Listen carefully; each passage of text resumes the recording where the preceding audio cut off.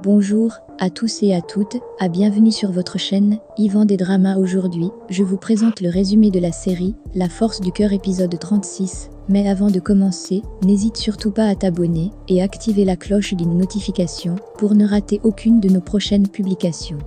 Angela est avec Marcos dans le jardin. Ceux-ci viennent de finir de faire l'amour et Marcos dit donc des mots doux à Angela. Au même moment, Rose et Louis entrent d'avancer dans leur direction, mais heureusement pour eux son téléphone sonne et c'est fille Violetta qui l'appelle. Elle dit à son père qu'elle a exilé d'appeler Angela plusieurs fois, mais elle ne répond pas. Elle ajoute également que son amie Genesee vient d'arriver. Louis demande tout de suite à sa fille si Genesee est venue avec son papa et elle répond qu'elle ne sait pas. Louis va donc rejoindre sa fille dans le jardin. Marcos et Angela avaient constaté que Louis les cherchait et Marcos veut donc aller dire à Louis qu'il était là et qu'il aime Angela, mais Angela l'en empêchait en disant que Louis est capable de la tuer s'il apprend ce qui vient de se passer entre eux. Elle dit ensuite à Marcos qu'il est la plus belle rencontre de sa vie, mais que le fait qu'ils ont couché ensemble ce soir était un au revoir. Dans la maison de Marcos, Emma et Pablo sont sur le point de faire l'amour et subitement, Aimée se sent gênée d'être nue. Elle va donc porter sa chemise et revient voir Pablo pour qu'il continue, mais celui-ci dit à Emma que si elle n'est pas prête, il peut attendre le temps qu'elle le soit même. S'il meurt d'envie de coucher avec elle, il veut qu'elle soit totalement consentante et qu'elle passe un bon moment.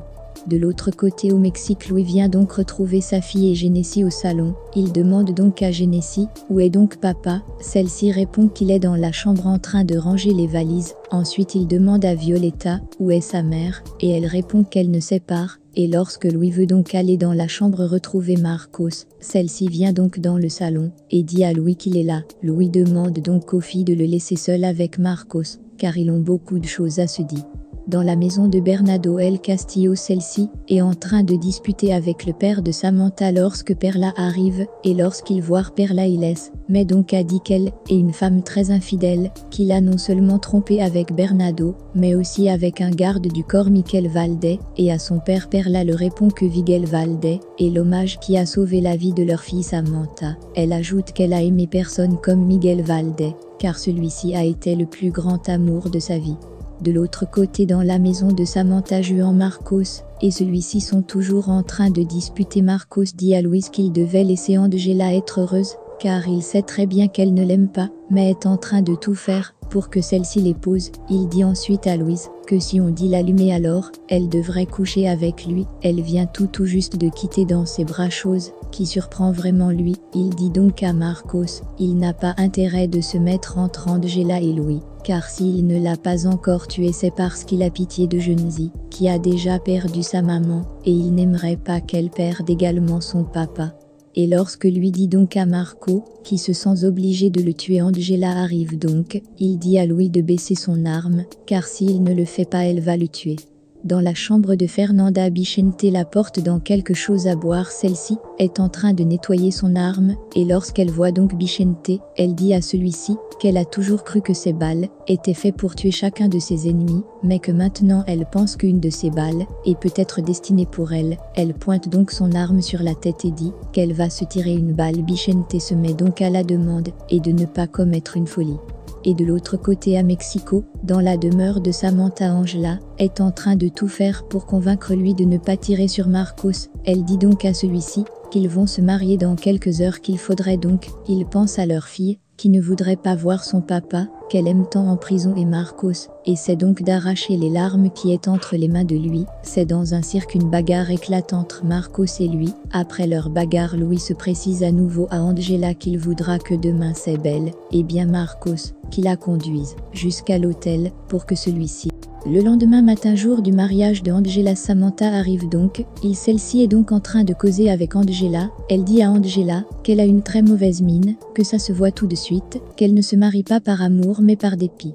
Elle profite de la même occasion pour annoncer à Angela qu'elle et Willy sont désormais en couple, chose qui ravit vraiment Angela. Elle dit donc qu'elle aimerait réellement un jour connaître un amour tel que le sien. Samantha répond donc à Angela qu'elle a un grand amour dans sa vie, qui n'est nul autre que Marcos, et qu'elle devrait tout de suite annuler son mariage avec lui pour épouser Marcos. Quelques heures plus tard, tous les invités sont déjà là pour assister à la cérémonie de mariage entre Angela et Louis. Samantha est donc en train d'expliquer à Willie que Angela ne veut pas se marier avec lui, chose que Willie ne comprend pas. Il demande donc à Samantha pourquoi est-ce qu'elle veut. Elle va donc se marier. Si elle n'aime pas lui, celle-ci répond que si elle fait c'est uniquement pour sa fille et aussi que Louise risque que la tuer et Marcos si elle ne l'épouse pas. Et dans la maison, comme prévu, Marcos va donc chercher Angela pour la conduire jusqu'à l'hôtel. Lorsque celui-ci voit donc Angela, il ne manque pas de lui dire qu'elle est très belle et qu'elle peut encore, si elle le veut, annuler ce mariage. Puis dans le jardin, Marcos conduit donc Angela jusqu'à l'hôtel et lorsqu'il rue, mais celle-ci entre la main de Marcos. Elle semble être tellement triste, car elle a les larmes tout juste au bord de ses yeux. Et de l'autre côté, dans la maison de Marcos, Pablo, on va donc dans la chambre d'Emma pour voir si celle-ci va bien, mais une fois là-bas, il ne trouve pas Emma, il trouve plutôt un bout de papier sur lequel celle-ci a écrit « Je suis désolé ». Il s'en va donc tout de suite pour la chercher et tu tombes sur Nelly. Il demande donc à Nelly si elle a vu Emma, mais Nelly dit que non. Elle essaie ensuite de persuader Pablo de ne pas t'en faire pour Emma, car c'est une grande fille, en plus elle est malade. Mais celui-ci dit donc à Nelly qu'il est prêt à tout pour Emma, car c'est la femme qu'il aime. Et Pablo finit donc par retrouver Emma dans le garage. Ceci dit à Pablo qu'elle a tellement peur, elle ne sait pas si elle peut réussir à affronter cette vie qui est tellement difficile pour elle. Mais Pablo, comme toujours, essaie de la rassurer autant bien que possible.